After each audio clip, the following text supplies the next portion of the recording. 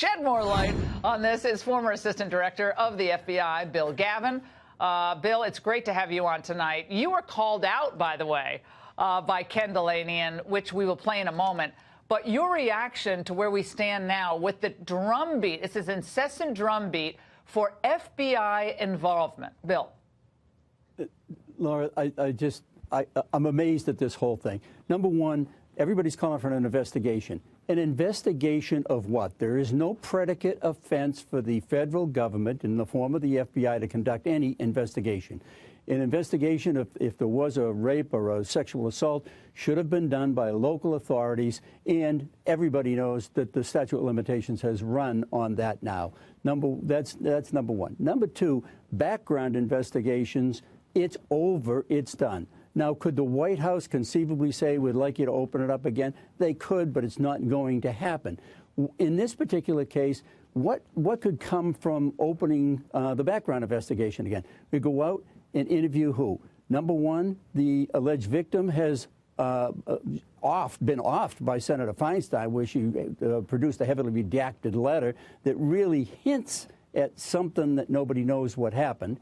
Number two, Judge Kavanaugh has already given his point of view. Number three, his friend has already alleged that I have no knowledge of anything like this, nor would I think that Judge Kavanaugh would do anything like that. What they're trying to do is put the FBI in a jackpot. It's a no-win situation for the Bureau.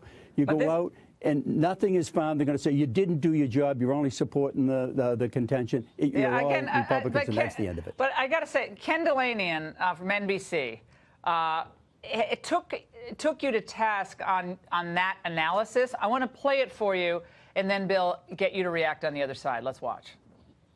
My sources are frankly presenting another view than the one you just heard from Bill Gavin, which is that the FBI absolutely could investigate this, not as a criminal matter, but as part of their role background checking federal nominees. But they could only do that if the White House asked them to look into this allegation. And if the White House did ask them to do that, they would be perfectly capable of shedding some light on this.